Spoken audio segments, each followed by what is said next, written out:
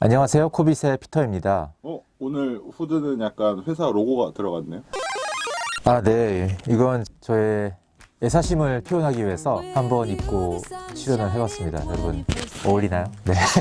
어쨌든 오늘은 일단 제가 커뮤니티에다가 올린 그 마이크로 스트라테지에 관한 얘기를 먼저 시작으로 하고 다음 얘기로 넘어갈까 해요. 마이크로 스트라테지가 이제 전환사채를 발행했다는 얘기를 전 에피소드에서 다뤘었는데, 전환사채 발행을 완료를 했다고 발표를 했죠. 그 결과를 보니까 처음에 예상했던 4억 불보다도 훌쩍 넘는 6억 5천만 불의 규모의 전환사채를 발행을 했습니다. 그래서 금리는 0.75%니까 뭐 거의 공짜로 가져다 쓰는 돈이라고 얘기할 수 있을 것 같은데, 이게 이렇게 인기가 많은 이유는 물론 비트코인에 대한 어떤 기관 투자가의 관심, 수요의 반영이라고도 얘기할 수 있는 게 한 가지 있지만은, 또 하나는 이걸 안 할 이유가 없는 거예요. 제가 지난번 에피소드에서 얘기를 했지만은, 왜냐면은 비트코인이 안 오르더라도 원금을 돌려받을 수 있는 그런 전환사채 채권이기 때문에, 이런 걸 보통 전문용어로 에이시메트릭 벳이라고 하는데, 이제 결국 뭐냐면은 다운사이드는 없고 업사이드만 뚫려 있는 이제 이런 상황의 베팅이기 때문에, 사실 뭐 이런 거를 이해를 하는 사람은 안 할 이유가 없는 거죠. 그래서 아마 인기가 많지 않았나 이렇게 생각이 됩니다. 또 한 가지는 그 르네상스 테크놀로지라고 이제 헤지펀드 제가 몇 번 언급한 적이 있는데, 이제 짐 사이먼즈라는 수학 박사가 이제 운영을 하는 되게 유명한 헤지펀드죠. 뭐 투자를 하고 싶어도 지금 줄을 서가지고 뭐 속된 말로 왁구가 없어서 지금 투자를 못하는 그런 정도의 이제 헤지펀드고, 자산 규모로 2위고 뭐 유명한 헤지펀드인데, 여기서 마이크로 스트라테지의 주식을 지금 1.96% 샀다고 이렇게 밝혀졌습니다. 그래서 르네상스 테크놀로지는 한 3월 달쯤에 이제 자기가 시카고 상품거래소에 있는 비트코인 선물 거래를 할 수 있게끔 펀드의 약관을 바꿨다는 얘기를 했었는데, 뭐 실제로 투자를 하고 있는지는 밝혀지진 않았었어요, 그때 이후로. 근데 이렇게 마이크로 스트라테지의 주식을 샀다는 것, 이거는 뭐 밝혀진 팩트니까 그 르네상스 테크놀로지가 비트코인에 대해서 어떻게 생각하고 있는 건지에 대한 일맥상통하는 스토리가 아닌가 이렇게 생각이 됩니다. 오늘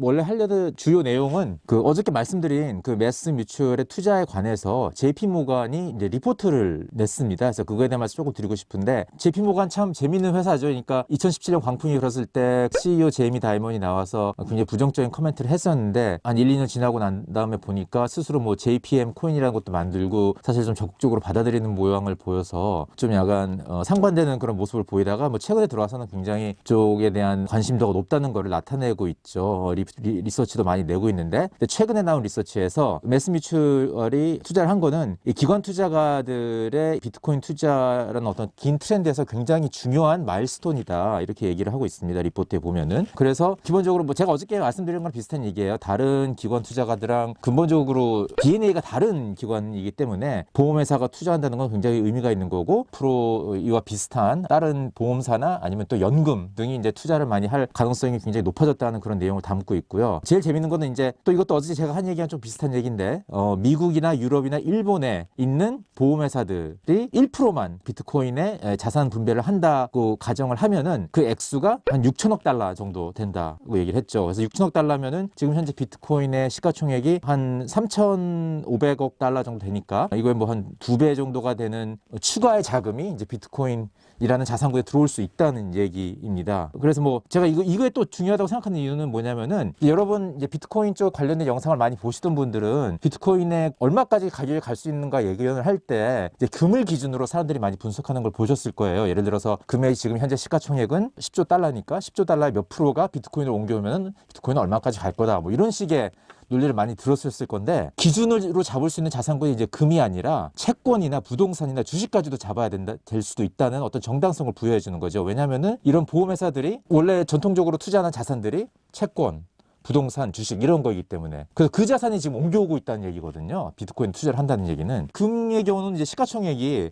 아까 이제 기준으로 삼는다고 그랬는데 이제 10조 달러인데, 주식은 사실 전 세계 시장의 주식의 시가총액은 90조 달러예요. 부동산은 한 200조 달러고요. 채권은 더 큽니다. 한 250조 달러 뭐 이런 식이에요. 그러니까 이런 거를 기준으로 이 자산들의 몇 프로가 한 1%만이라도 이쪽 비트코인에 넘어온다 했을 때 비트코인의 시가총액의 업사이드 포텐셜은 엄청나다는 거를 말씀드릴 수 있지 않을까 이렇게 생각합니다. 네, 오늘은 여기까지입니다.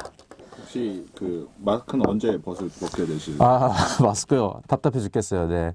뭐 이제 방역이니까 일단 쓰고 있어야 되고, 될 수 있는 한. 그리고 이제 제 얼굴이 좀 더 이제 좋은 시술 결과 이뻐지면은 저 이뻐진 얼굴을 공개하도록 하겠습니다. 네, 오늘은 여기까지입니다. 좋은 하루 되세요.